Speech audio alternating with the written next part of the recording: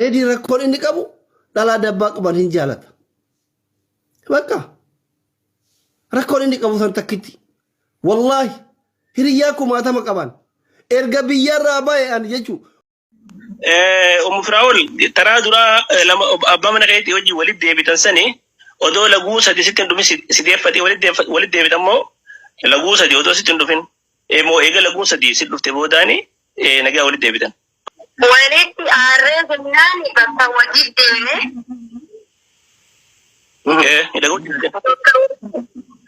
Bakka wajjii gizee deemu sani sagalee naa qabee si xalaaqee naan jedhe.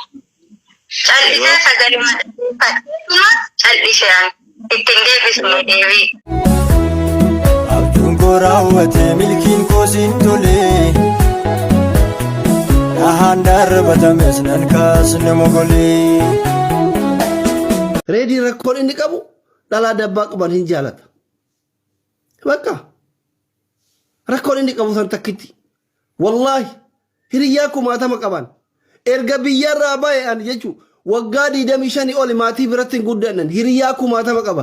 Reediin shirasitti yaadu achi garagalee siin hamatu si fakkaate kaan hin fakkaatu mana qulqulluu waraqaa qulqulluu rakkoon isaa jechuu niitii miti fireenditee miti obboleettii bareedduu yoo qabaatte biran kaayin. Bakka obboleettii bareedduu qabanaan malaan mubaarakii wajjin bareeda hiriyyaa turan inni hiriyyaa kiyyatti beeka inni intaloo miira keessa galchee jaarsummaa itti ergate allaqe obboleettii bareedduu qabaate taanaan bira kaayin. Isa dhugaa rabbisitti maraan yoo feete mallaqa miliyoona bira kaayee achi hin tuqu achi garagalee waan feete biratti haasa achi garagalee sin himatu. Hiriyyaan zabana kanaa si wajjin nyaataa si nyaata albee qara lamaati. እንደዛ አይነት ጸባይ የለም ነመ ቁልቁሉድ ረኮን ኢዛ ዳላ በረዱ ኒቲ ተገፈተዮ በረዱ አቺ ገረገለላሉ ቺኪ ተይቱ ሂላሉ ኦቦሌቲ ተዮታተ ወጅኛነ ሂሪያ ኪያም ቤኩ ከነሞ ኩኖ አርጊታ ሙባረክን ሂሪያ ቱራኔቹ እንተሎ ሚረከ ተጋልጨ ሙባረክ ከደ ደበይሬ ቦያ ጅራ ኩኖ ቀበተማን አርጋ ጅርታ በቃ ይሄ ደግሞ ኃጢአት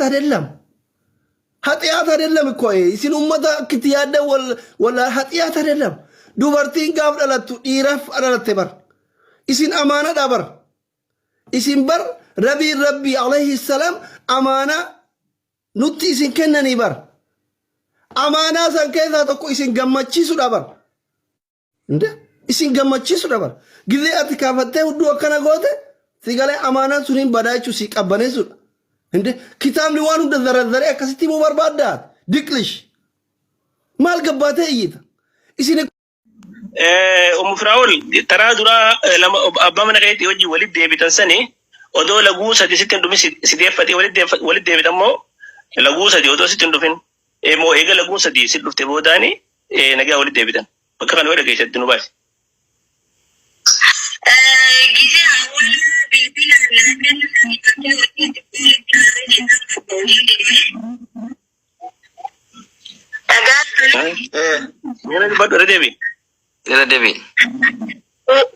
Walitti aarree jennaan bakka wajjin deemne.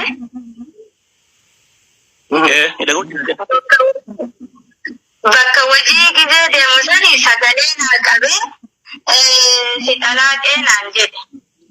Callisee sagalee madaqeeffadheetuma callisee ittiin deebisne deebii.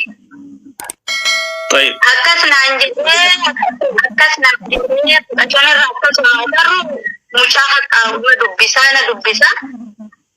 Baatii takka bichaa dalagee deebi'ee hojiidhaan.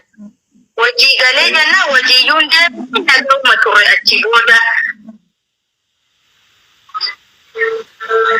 Jechuun naguma walitti deebitanii jidduu kanatti osoo laguu sadi sitti hin dhufin nagaa walitti deebitan jechuudha.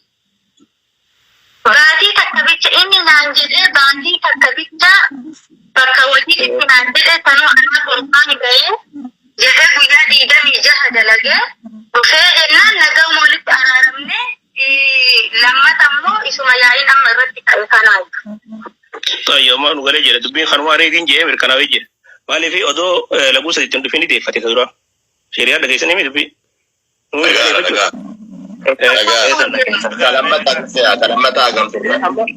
reedii talamaffaa eegee ishee booda immoo iddaan jala dhumee jiru otoo hin deeffatin. Akkasii bireedi. Reedii jedhamee isaan illee magaafadha.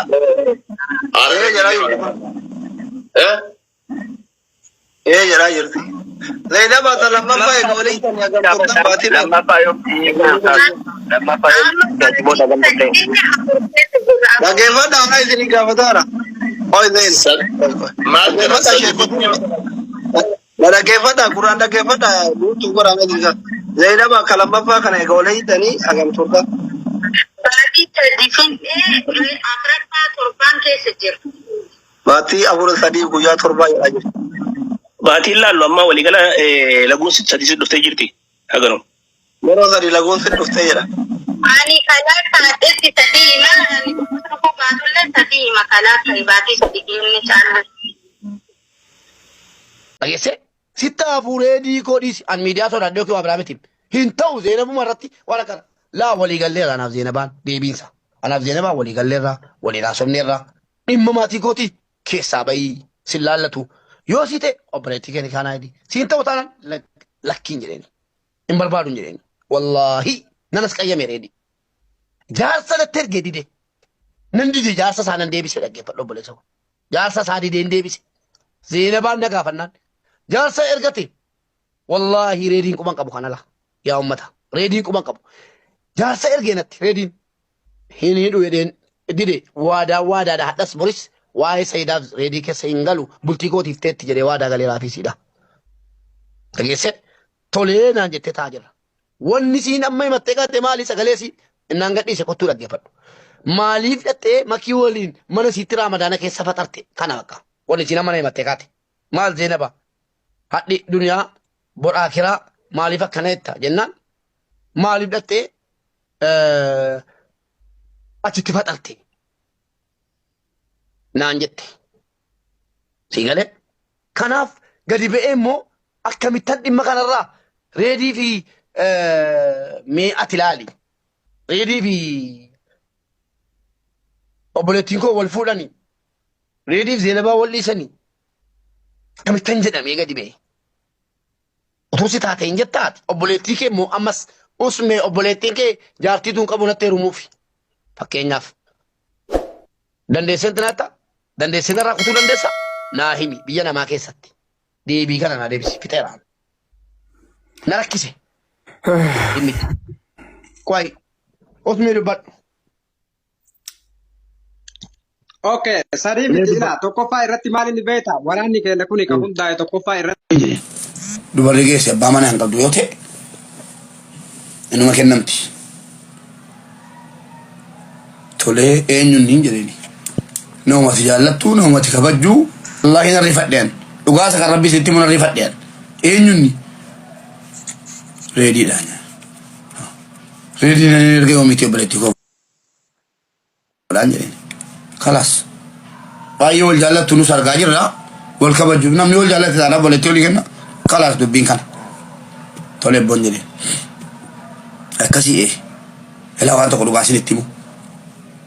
Eeyyee obboleettii koo reediidhaa kennuu hin danda'u yeroo naa kennaati reediin qaamaan anaa isaan jedheen dhaggeeffadha.